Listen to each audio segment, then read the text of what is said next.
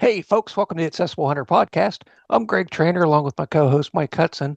We got a really special podcast today. We got Paul Bollinger on today, and Paul is down in Annapolis, Maryland, and we're going to be talking with him and some of the things he's doing with crab. But first, Mike, what's going on in South Carolina, brother? We're having some great weather today. We're looking for some storms tonight, but I'm just excited to hear more with Paul. And it might be one of those things we're going to have to head to the coast shortly, man, because he's got a lot of adventures I'm keen to learn more about. Man, he lives in a wonderful area. I've been Yeah, down to Kent Island quite a few times down there yeah. bow hunting and down with my friend Matt Cepas and some of the jetty bars and docks down there. We Oh make yeah. sure we eat good while we're that way. But Paul, how are you doing today? Thank you so much for coming on the podcast with us.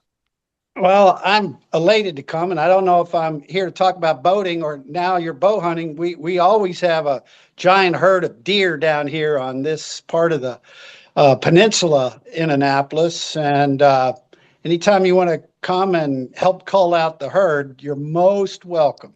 You Buddy, know what? Go ahead, you, Greg. you might be opening up a can of worms because that's a 5 hour drive for me, and I might show up on your doorstep October 1st. It'll be fine. We'll get the Barbie going and have everything ready. Hey, That, you let me know when you're going, Greg, and we're road tripping. that sounds great, man. That is a beautiful area down there. Oh And yeah. Paul, we were looking at your Facebook page today on crab, and I guess that stands for Chesapeake Region Accessible Boating. I should say that. But the pictures and videos that you were posting today, just awesome. You had the opportunity to take some kids out today, and you want to talk a little bit about your program and maybe how you got into it for the people that aren't familiar with you. Sure. Happy to do that. Just since you guys are Southerners, my nickname is Bo, so we can, get to the proper vernacular here. Let's get it. So it's Bo Bollinger. But yeah, we had the kids sailing out here from the Anne Arundel County police. And so what they do is bring resource officers with them from the schools who get to see the kids day in and day out during the year, but they Right. don't really get to interact with them socially or athletically. And so they are in the boats with the kids sailing, and we have 2 to 3 kids per boat with our highly trained skippers and crew. And we basically turn the tiller over to the kids, and it's their job to sail the boat. We teach them up, but this class this time we only had out of about 18, about 3 that had said they had been sailing before. They'd never been on a boat before, which Wow. many of them then don't know how to swim, Swim. Yeah. which we let them know that's okay because swimming is not allowed at Crab. Uh, we are a sailing program, Right. and they had 15 knot winds out there today. We had them with the sails double reefed, and we had them racing in the afternoon, showing their newly found skills, and then the sort of the highlight. I don't want to take it away from sailing. Is we have about a half dozen cleats on blocks here, and we teach them how to tie a full cleat hitch, which Okay. many people say they know how to do, but 90% do it wrong. But we teach these kids, and then what I tell them is I said the winner's getting $5, There you go. and that focuses the mind. Yes, sir. Yes. And they practice, and the kid that won tied it in 3 seconds. Wow. I mean, It's probably easier to teach somebody that's never done it before. It's like shooting. You don't have any bad habits, so you have somebody that's never picked up a rifle or a pistol before they know it, they're shooting really well because they're willing to learn and try it the way you're telling them to. well, you're probably right. A lot of times the young girls are faster or better than the boys. Yes, sir. That's we see that same in the shooting industry. Is These that young right? ladies, yeah, they don't have these preconceived notions. They're tuned. They're listening to what you say. I was in the Marine Corps, and we see it on the shooters all the time. These Yep. young ladies, they want to understand what recoil is going to do, and so they're very attentive. When the guy, I shot my grandpa's shotgun when I was 3. Okay, but this is a little bit different. Yeah. Yeah. And they're definitely more coachable. They pay more Yes. attention to detail, and they actually want to do it correctly, or they want to do it the right way. And I enjoy having somebody come in that's never picked up a crossbow or a rifle before, and work with them because there's no bad habits. Interesting. Well, it's so fun with them to do this, and then we give them certificates, like graduation certificates, when they're Yes, finished, sir. and they're just beaming ear to ear and smiling and heading back. And it was funny. One of them asked me for my business card because it had the website on it, so she could go home and this young girl to tell her dad that she wanted to come out sailing again, because we told them we provide all of our sailing programs free of charge. Okay. Wow, wow. You may have changed somebody's trajectory to that day, Paul. I certainly hope so, because like a lot of sporting activities this day and age, we're all working hard to attract new people in. And I'm sure hunting's the same way, Yes, sir. boating's the same way. I It's I That's the like that. nature of the beast. Is we always got to find where your next talent's coming from. And so speaking on that note, Paul, what got you into sailing? well, my we had our family was on the Ohio River, that great sailing mecca in Louisville, Kentucky, and so we had a houseboat with 5 kids on it, 32 Oof. footer. Oh Lord, we were all over that place, and Yeah. my dad would go to work. He was a builder, and leave us there with mom. And we had an 8 foot Starcraft fiberglass dinghy with a 3 horsepower motor and a sail on it. And I learned how to sail on the Ohio River there. And from there, I just took it up. We bought one of the first Hobie cats in the Yeah. state of Kentucky. It only had a 4 digit number. Wow. And but I think we made a mistake though, because we were so excited. It came in a big box, a big wooden one, and Right. we took it out of the box and put it all together on the driveway, Oh, Okay. not down at the dock, huh? not down at the dock. Right. Right. You only do that once. We maybe we got, I don't even remember. Maybe we got experience taking it apart then. Oh, Uh, Yes. jeez. but That's a good Yeah, story. it was great. My wife and I, she was my girlfriend then. I started dating her when I was 16 years old. So, something you do in Kentucky. And Okay. we'd tie the cooler to the mast, take the Springer Spaniel out with us, and we'd go sailing up and down the Ohio River. It would start barking at us. We'd tell it to jump off the boat, and it'd run up into the woods in Indiana and Jeez. run all up and down, and then come to shore, bark at us again. We'd stop the boat, and then it'd swim out to the boat and get on it. Of course, shake Wow. off on us. I'd Yeah. had I'd had to be a great way to grow up though, with a cooler and a sailboat on the river, and time was your own. You could, go Yeah. go after school, or if it was summertime, you were probably on the river the whole time. Just Huck Finn, man. Oh, well, my dad would go, "What are you all doing out there all day?" We were just Uh, Getting some sun and drinking some beverages, Dad. that's living large is what it was. Living large. yeah.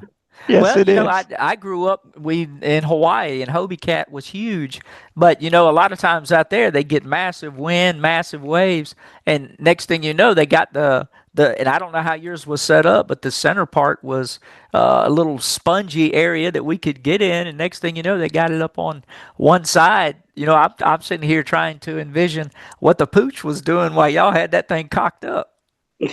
We had to hold it. Okay.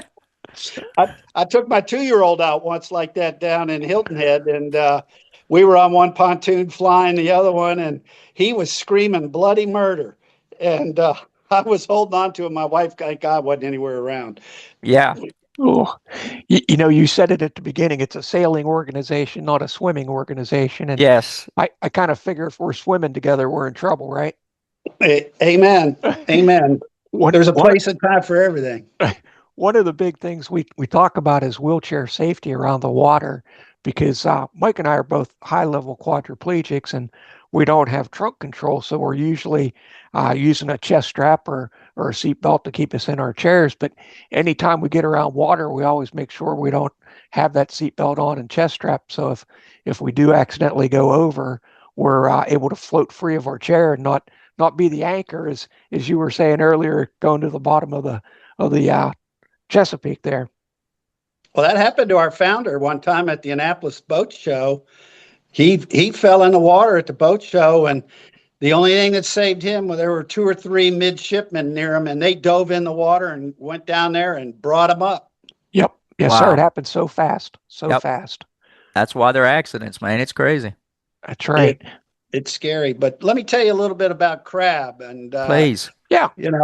I got here because I was actually working at Boeing at the time, and Boeing had a program that reached out to different groups in the area, be it Hispanics, be it veterans, be it, whatever flavor of the day somebody was, because they were just looking to, create goodwill with the community in Boeing. And I said, well, I want to create a Wounded Warrior Sailing Regatta in Annapolis. Beautiful. And so they gave me seed money to do that, and we put it on.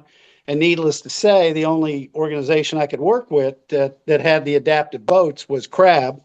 And so I contacted their president and founder, who was named Don Backey, and we hosted the event.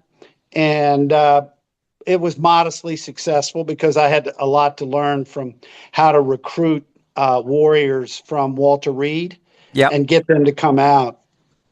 As you well know, when you're in a wheelchair, it's not the top of your mind that you're thinking you're going to go sailing.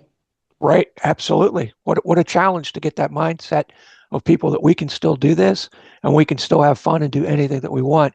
But Right. it is definitely a mindset. So we learned that we would set up a booth out in front of the cafeteria at noon and then recruit them. And they go, well, look at me here. What can I do? And I said, we got all the boarding equipment. We got everything you need. And you're going to be sailing the boat. We guarantee it. Right. Guarantee it. And so they came out. We built it. Don Backey passed away the following year. They had a couple of executive directors in between. They recruited me to be on the board.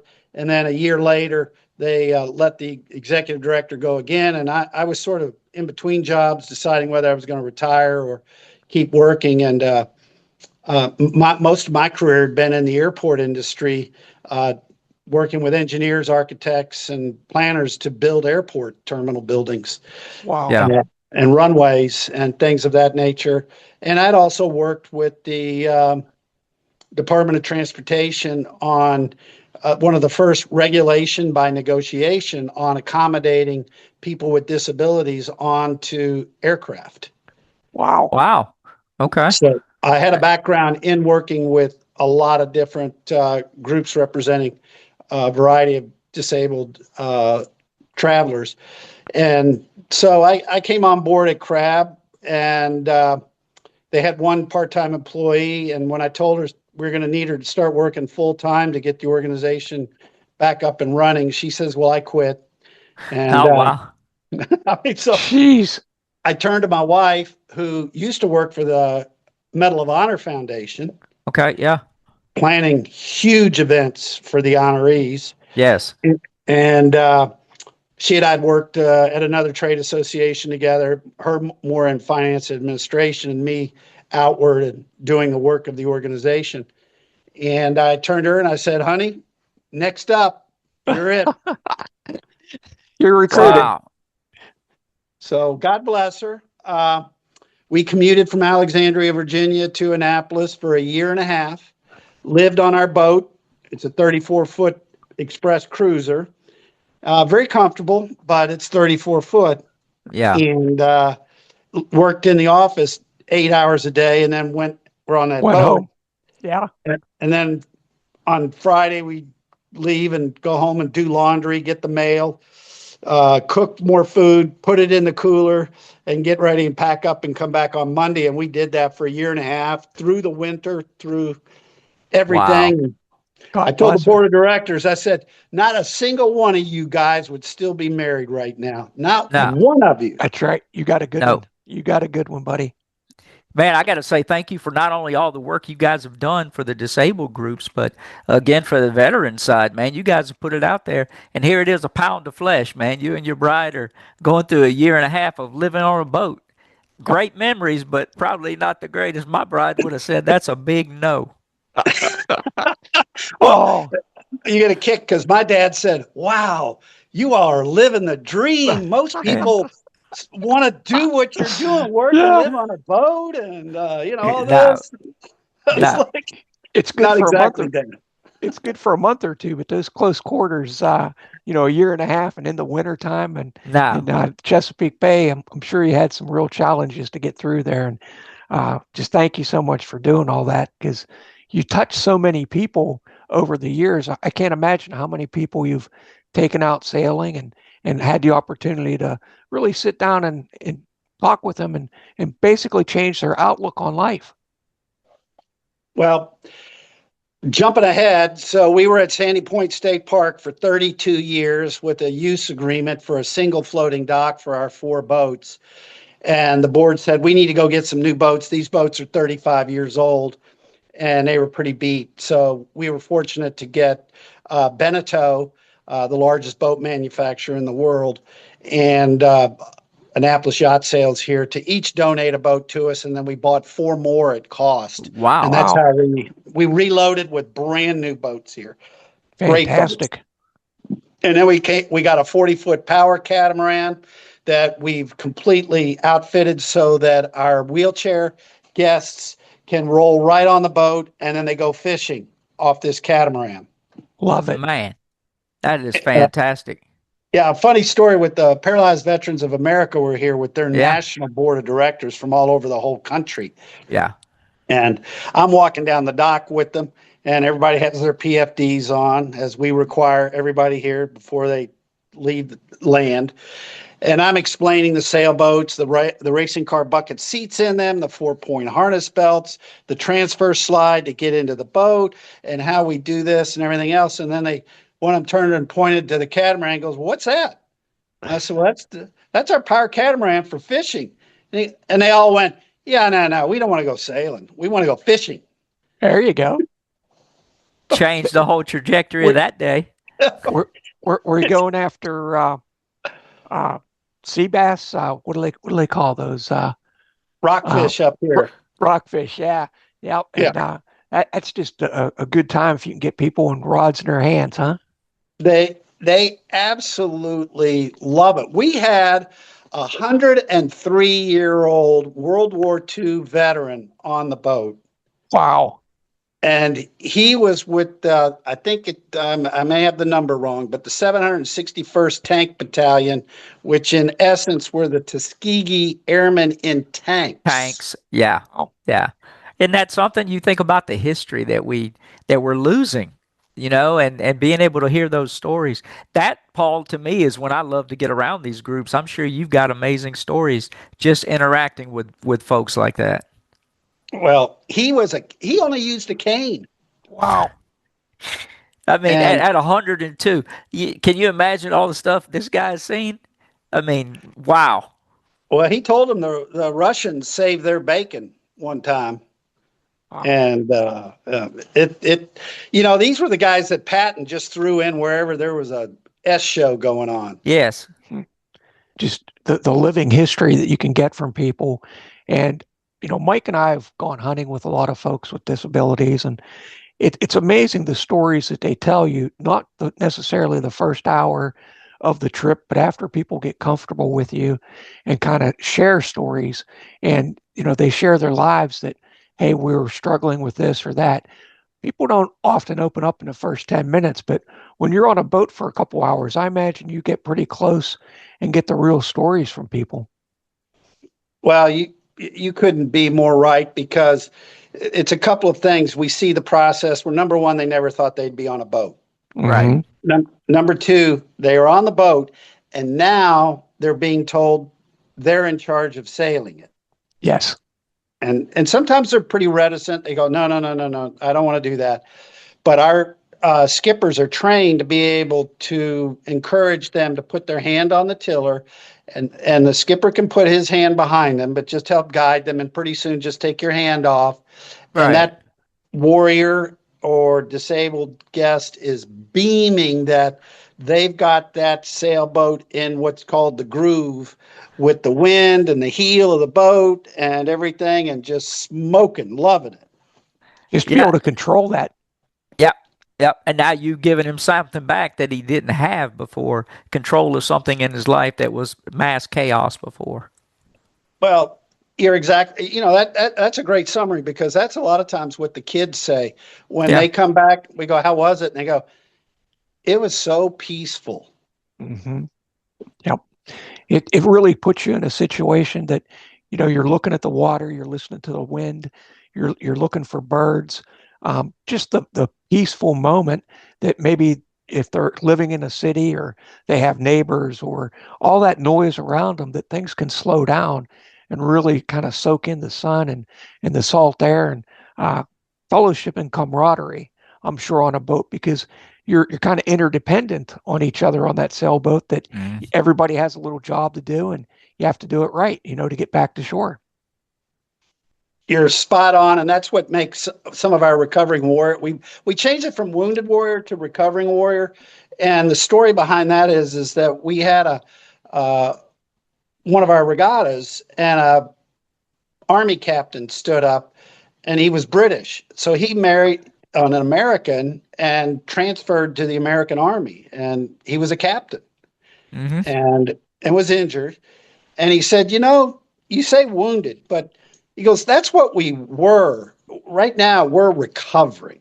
Yes. Right. Right. And you know what? He's spot on because that's exactly what happens. You take ownership of the injury. Injury you can't change. It's going to be there, but here's the thing. Your life doesn't have to stay in that moment.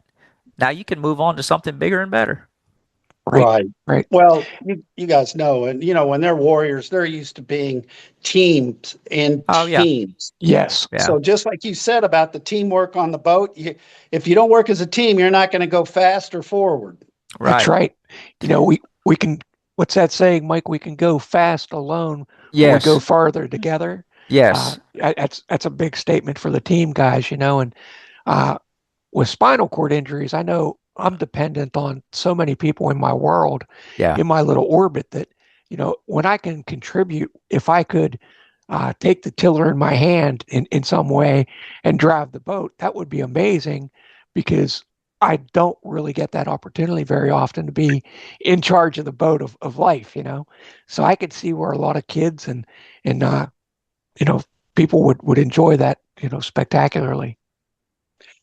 Well, what I see is they come with their families, Mm-hmm. and a lot of the veterans, they get a lot of tickets or opportunities to go to events and things like that.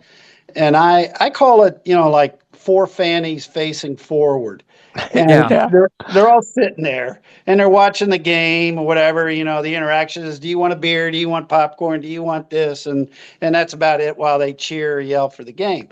When you're on a sailboat, somebody's handling the jib up front, somebody's handling the mainsail, someone's on the tiller. You got to shift weight and move the boat onto on the windward side, put your weight, and you are working as a team. And the warrior who is disabled is as valuable and contributing to Right. the sailing as anyone in the family. Hmm. Thank you for saying that, Paul. That's an amazing statement right there. That But you're person. showing respite care in full charge. The whole Yep. family's there as a dynamic. They're not just spectators. You've got them in motion and they're seeing the leader of the family now taking lead of the tiller. And Yep. they can be the leader of that guiding ship. Now he's back in control of his life. Now you understand. Now this is just the starting point of your vessel. Yep. Let's get after it. And they have value. I mean, Yeah. that statement brings so much power that a lot of times, if we have an injury or a disability later on in life, we think we're less valuable than we were before.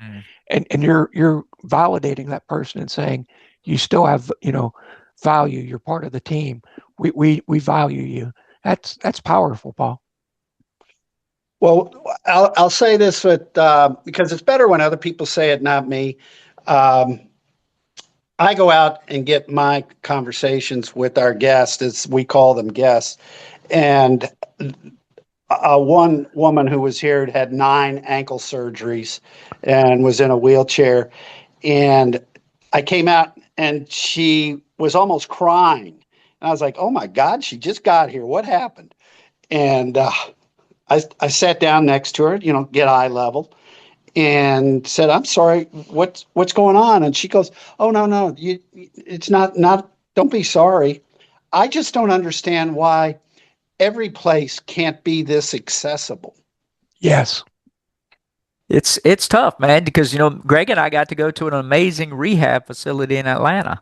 And they kind of it's a joke now because they kind of jaded me to think that everywhere was going to be this accessible. I'm going to roll and doors are going to fly open and everything is going to just be hunky dory. And when I got out and dropped something, my sister looked at me and said, "Hey, dude, you dropped it. You pick it up." And I'm like, "I know you didn't." But it sets a precedent, and she's right. You guys are doing something the opposite end of the spectrum. The world is in itself barrier laden, and you guys are trying to cut down on some of those barriers. So kudos for that. But you're also in the mindset of you don't want to say resetting these warriors, but you're giving them new mission. And that's what those guys and girls like. And so one of the questions I had was back to your initial when you were talking about the young folks you were taking out today. Those school resource officers are seeing these kids in a whole different dynamic. But a lot of these kids are seeing those authoritarian individuals completely different. And that is Mhm. huge. That is huge, especially in today's society. What do you think those kids and resource officers got the most out of today? Well, I always think it's funny when the kids start teasing the resource officers, saying, "Oh, you let that line go, and the sail was flying all over the place. You Right. you you don't know what you're doing." Right. Giving them the business a little bit for the first time. Yeah. Oh, they love talking smack, but I mean, hell, the Warriors do that too. When they find out Oh, somebody's yeah. Army, somebody's Air Force, Oh, somebody's yeah. Navy or Marines or Coast Guard, they're talking smack back and forth about who's going to win, get a medal, and everything Yep. else. That's Oh, the yeah. best. That's the best part of hunting camp, Paul, is the camaraderie and giving your buddy a little bit of the raspberries whenever they miss, or they come back to camp and they didn't hit their target. It's easy to kind of joke around, and that's what people do. That's what we love about camp. Yeah. Well, you just make people feel normal and like Yes. Yeah. anyone else. Right. Yep. If Yep. even for a moment, Yep. it's that moment that is a sparking memory that those folks will take and they'll banner on that. I know we were talking beforehand, and you're talking about pictures that pop up. That's a spark in a picture. They're going to remember the camp they got to come on Yep. with you guys, and just for that moment, even if they're having a bleak day, they can remember that sun or that wind in their face. And man, we need to make sure we're harboring those and we're not letting them go by the wayside. Right. Well, Paul. one thing I didn't really touch on it, I started on it, but what we did here is we left the state park after 32 years, and Crab had 20 grand in the bank when I took over. But we ended up getting $1 million from the governor, Governor Larry Wow. Hogan. And then we got money from the county, and we got some money from the city, and then we got some money from the Maryland Department of Environment to help pay for new docks. And what we did was plan, design, Yeah. and construct the premier adaptive boating center in the country. Yes, sir. So they're 8 foot wide floating docks so that wheelchairs can pass by each other. No issues, no problems. The ramp coming down is 6 feet wide, aluminum with railings. We have the Hoyer lifts to board guests if they're not able to support their weight in getting on the boats. So there is nothing holding anybody back from getting on the boats. As a matter of fact, we have what we call our OPB lift on the T head, which the best kind of boat to have, guys, is called an other person's boat. That's true. That's I, li- very I true. I like the sound of that. I'm going to have to steal that from you, Paul. Oh yeah. Just remember that. Just bring the sandwiches and beer, and just and you're in good shape. Not having to Yeah. pay for that boat, Yeah. but we have a swimming pool lift on the T head that's rigged to be able to take someone out of a chair and place them on another person's boat, and then they can go sailing or cruising because they may have been where their boat is on a fixed dock, or they don't have the equipment, they don't have anything. But if you make an appointment with Crab, and we charge a nominal $50 just basically to make sure you show up, Yeah. and we'll board that family member or friend on your boat, and then you go sailing boating for a couple of hours and come back, and then we'll disembark them, and it's all done safely with a great deal of respect so that our guests know that this is really quite an experience.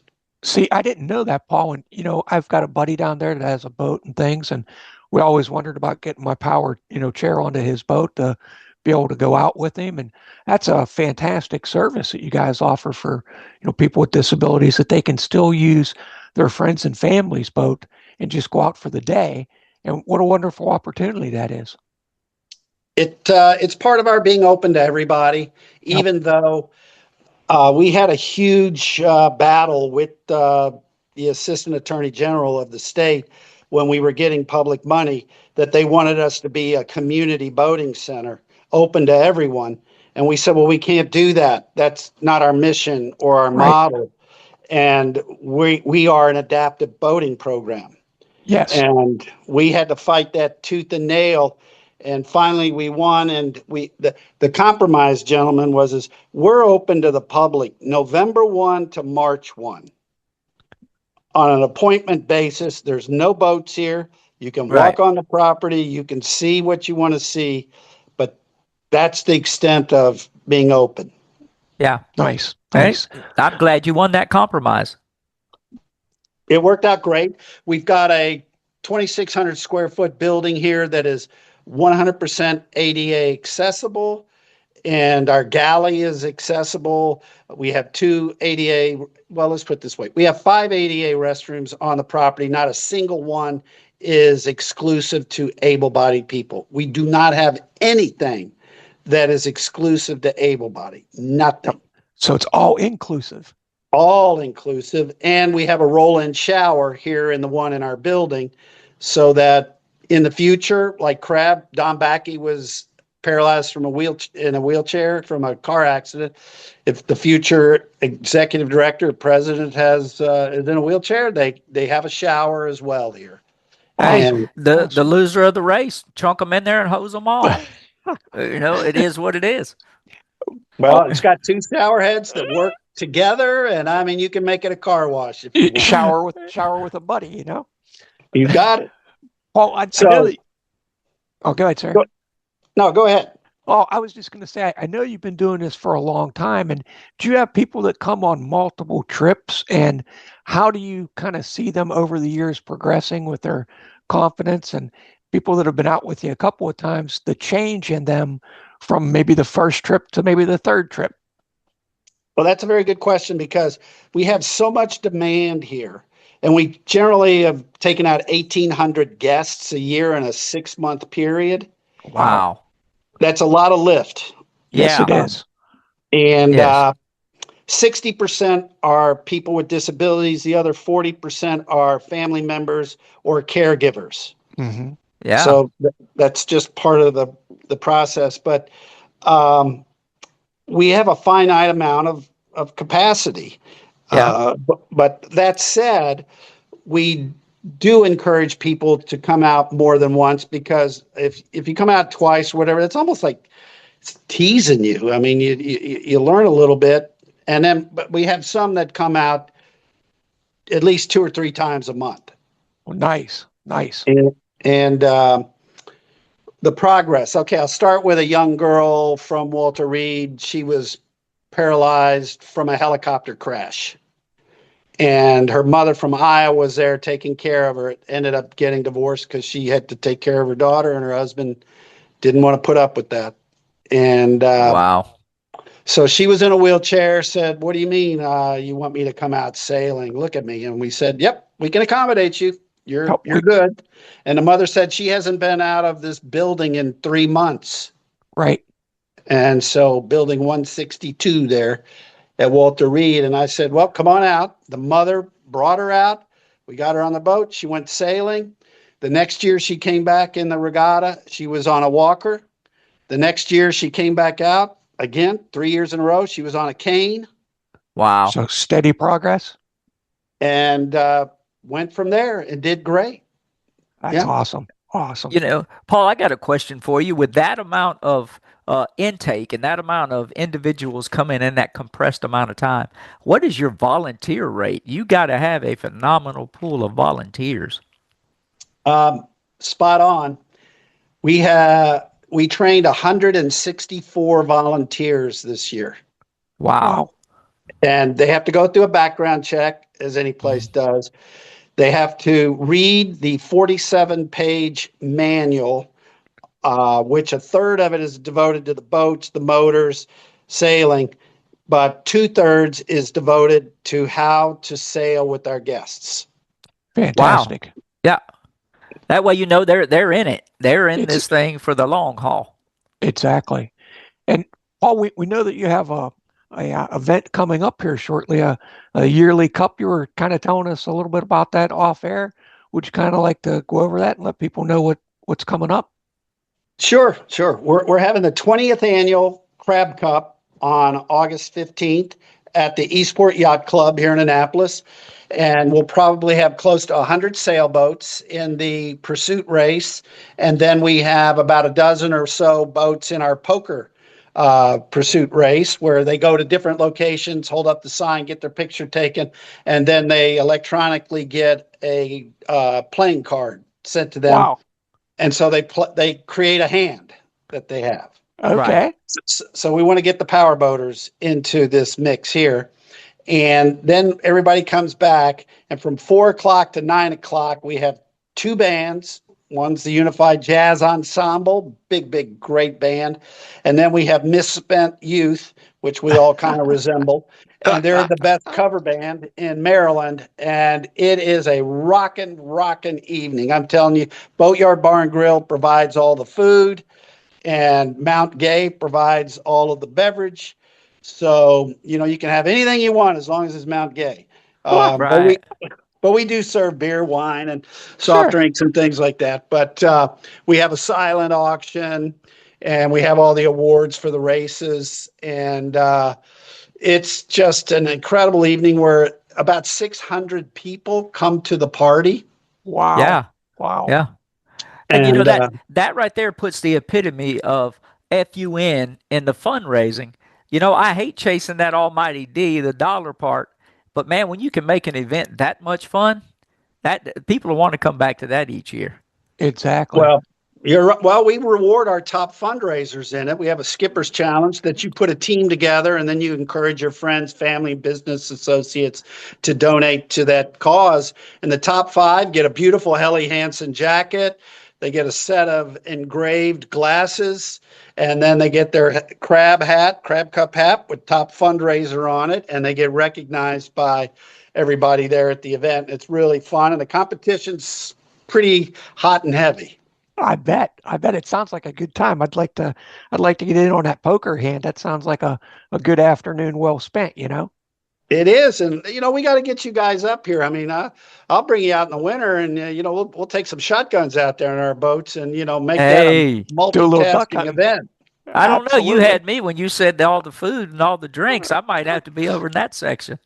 Ah, Paul, if people wanted to help donate to the cause, what's the best way for people to do that? Or if they wanted to get a ticket to the cup this year, or what's the best way that they can donate? Well, if they go on the website, which is crabsailing.org, O-R-G, the Crab Cup comes right up on the right side. Click on it, and it'll take you through tickets, donating, whatever you would like to do.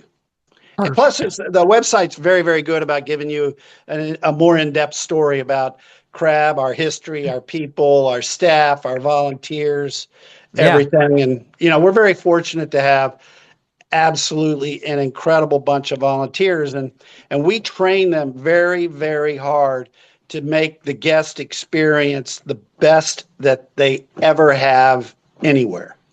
You know, Absolutely. Paul, man, you are a man that is well traveled, and you're doing amazing things.